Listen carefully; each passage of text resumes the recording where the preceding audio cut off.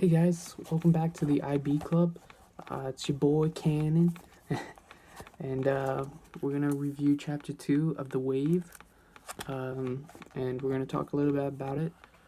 So the book starts right back where Mr. Ross, the history teacher, is about to start a film for the class, and the film, like the he's seen the film, and it's a film about Germany and the Nazi Party and Adolf Hitler, and he wants to show the class what happened back in 1934 to 1945, about all the gruesome acts that occurred between the Nazis conducting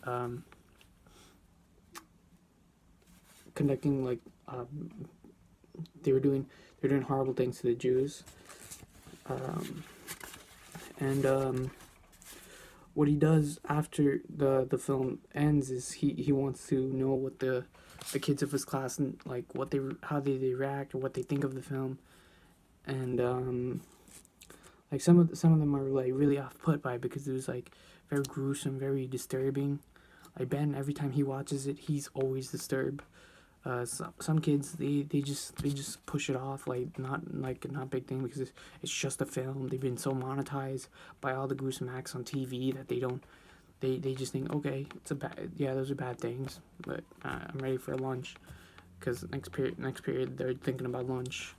And then Laurie Saunders, the main character of the story, she goes into, she's a little bit shaken by the whole film, and she just stops and talks to Ben about the film, because she wants to understand, like, why would someone do this? Like, why would anyone do, like, why would they follow Adolf Hitler's plans and like believe that the Jews were the civilization destroyers and the reason why Germany was doing so bad? And he explains that, like, these people, like, they weren't all German, and he also explained that, like, that these people, they did it because they were told to do it.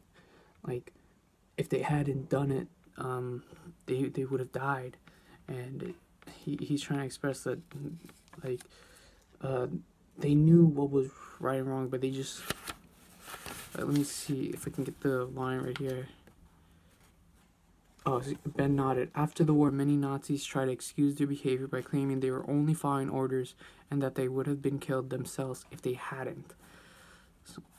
So I think this is like an important thing the author's trying to do, like, because it's probably going to be expressed later, and like we're going to see the same thing happen, and probably what's going to be foreshadowed for later in the later chapters. And I think it's important to point out because, like, the people who's like don't really care about the film are probably is going to be probably doing these same things, and it's probably going to be like, I mean, this is a short book and it's fairly easy to read, but I think we kind of see where this is going. We're going to see, like, Laurie's going to try to step in and try to stop this.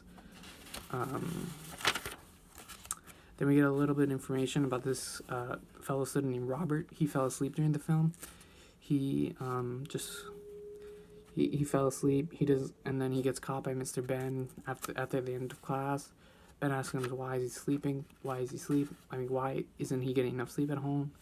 And Ben assumes that Robert feels pressured because his older brother Jeff was like a big man on campus, did a lot of amazing stuff. So he feels pressured that he has to do just as well as his older brother. But Ben thinks that he doesn't have to do that. He just has to try his best. And I assume we're probably going to hear more about Robert and, like, how he's important to the story. Yeah, and that's the review. I think it's a good chapter. Doesn't give you a lot of information, but I think it does well. Trying to show what happened in history. Like, maybe it's possible, like, okay, we see what's happening in history now. I think in the next few chapters we're going to see how Ben's going to try to implement this into his teaching and see how he could teach the kids about this.